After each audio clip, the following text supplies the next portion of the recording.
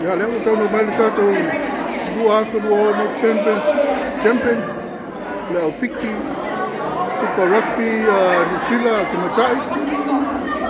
tahu album malu lea New Zealand tu hai